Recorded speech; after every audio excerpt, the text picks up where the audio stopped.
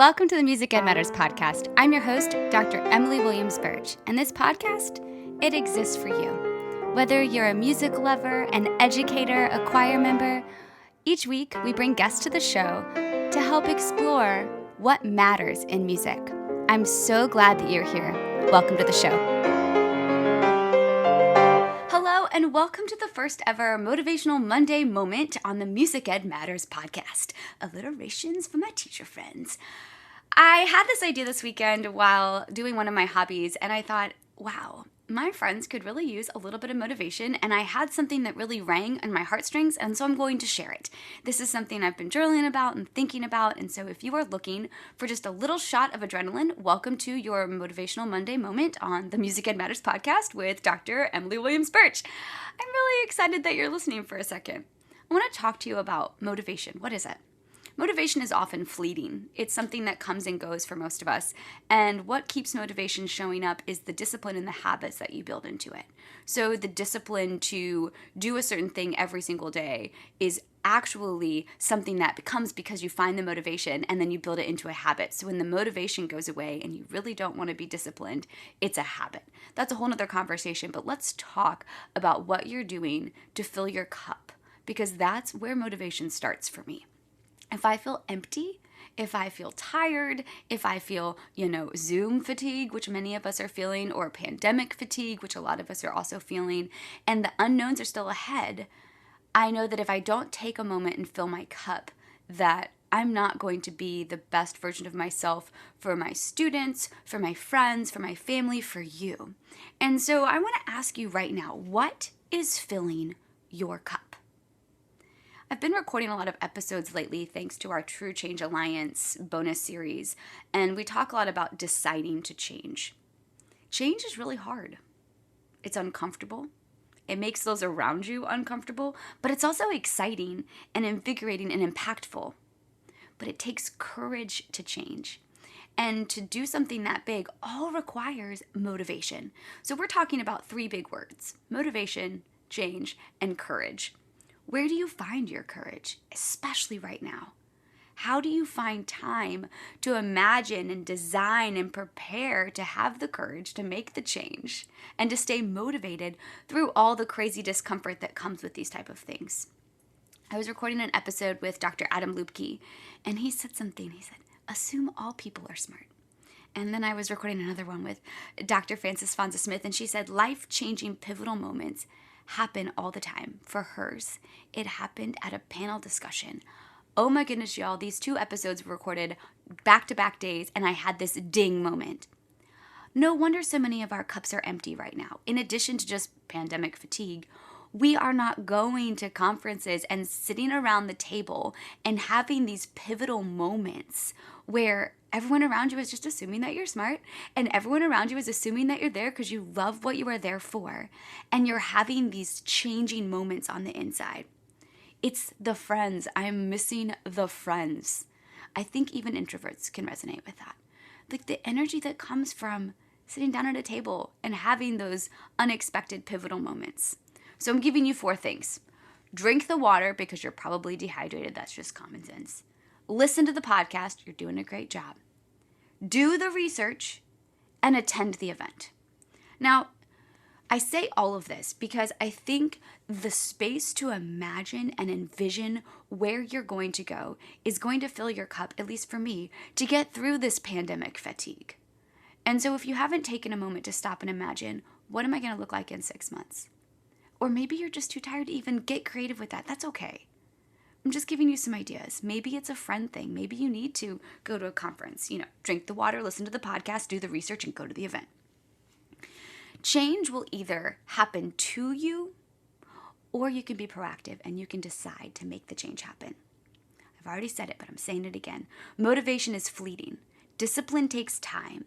It's work, but the habits that come of filling your cup, of taking time to imagine, of engineering the design, and then rinsing and repeating, doing this all the time, that's what will continue to fill our cups and make us the best possible versions of ourselves, the most resilient versions of us.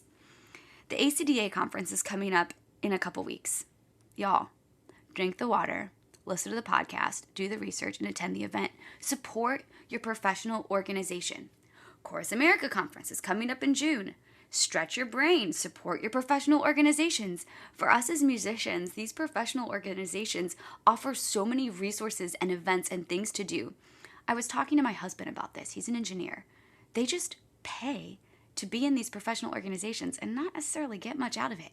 We get so much out of it. We get friends, we get ideas, beg, borrow, steal, energy, motivation. OMG, how lucky are we to have such fabulous organizations professionally supporting us at the national level. So y'all, drink the water, listen to the podcast, do your research, and attend the event. Support your professional organizations.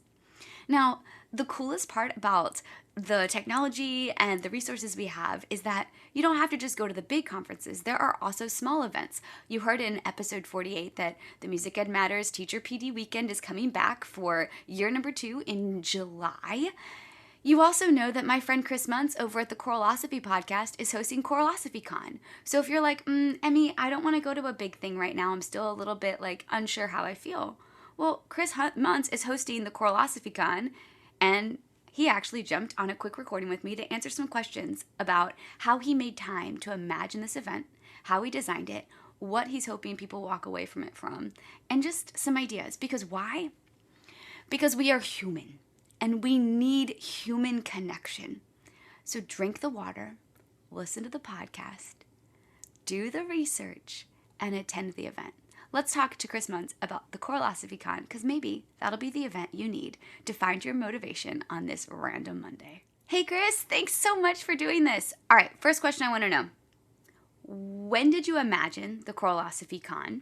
And how did you get it started? Where did the idea come from? How did you kind of put it into existence? Well, once I started to see in about fall of 2020 that conventions were being planned, but they were all virtual, and in some places all the way into next summer. I started to think about why that is, and of course the obvious thing is COVID safety. But then I also started to think about organizational details and confusions and lack of certainty that would go into putting together something that's very large and hectic, because you'd have to predict so many things in advance in this current climate that I can understand why it would be impossible even to be optimistic, say for ACDA National, to say, it's very likely that we could have a whole bunch of vaccinated people by next spring. But even if we did, we can't know that enough to take the risk of putting on this giant multi-thousands of people event and paying these deposit fees for hotels and all this kind of stuff. So it's best to just decide to go virtual, right? And so I thought, well, if my idea to put together a smaller convention were to move forward, I wouldn't have to take as many risks. I would have to take a few, but I could take smaller risks to make it possible. And a smaller group is more nimble. You can control more details. You don't have to predict as many things as far out. And so my thought was, we need to get together.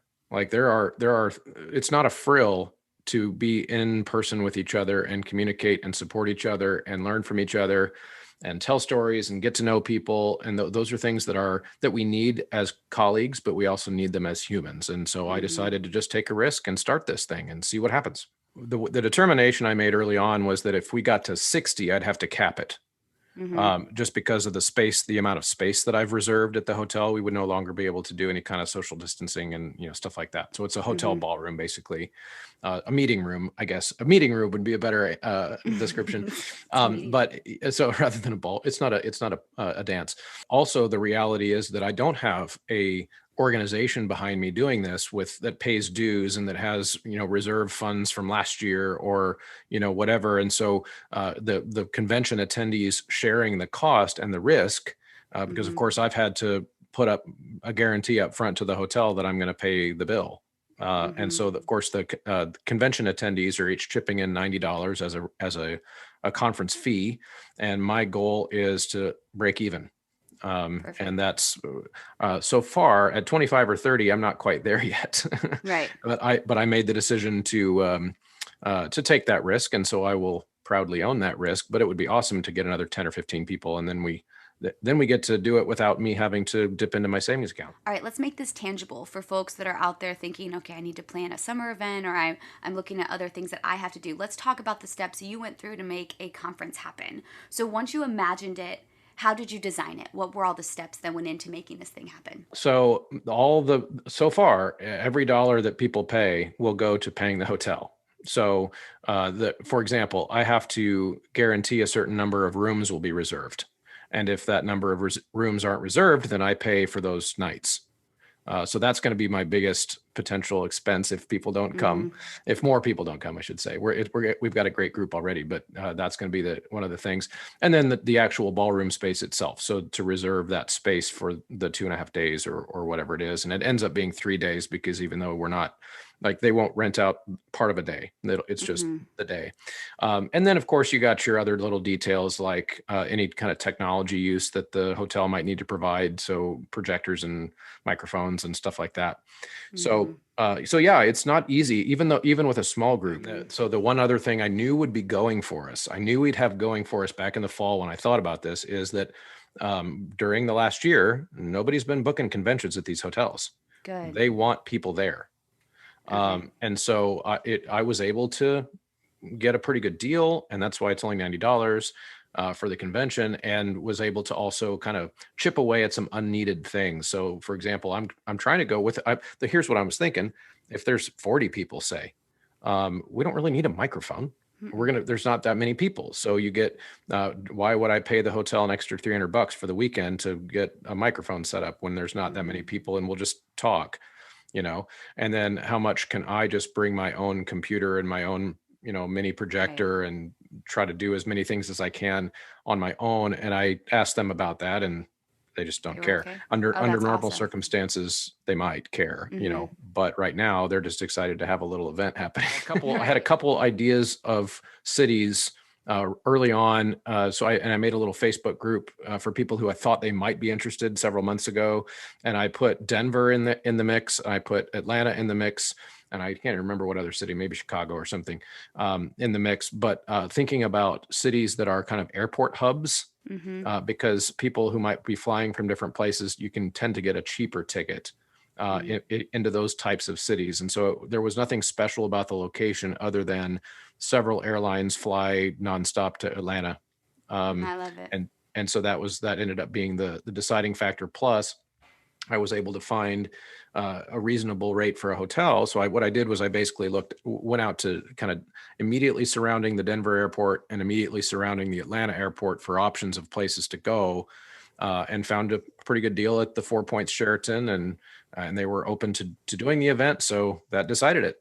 That's perfect. And I love that there's free parking, free Wi-Fi, and free shuttle to and from the hotel, which is a game changer for so many people. Tell me more about these unique setups, how you're making this a different type of conference. What are these sessions going to look like, and why would someone want to attend this event? Yeah, so my first thing that I thought, if we're going to do something that's kind of against the trend of what everyone else is doing right now with the virtual conventions, and then what is the antithesis of that? And I started to think about what's the opposite of a virtual convention.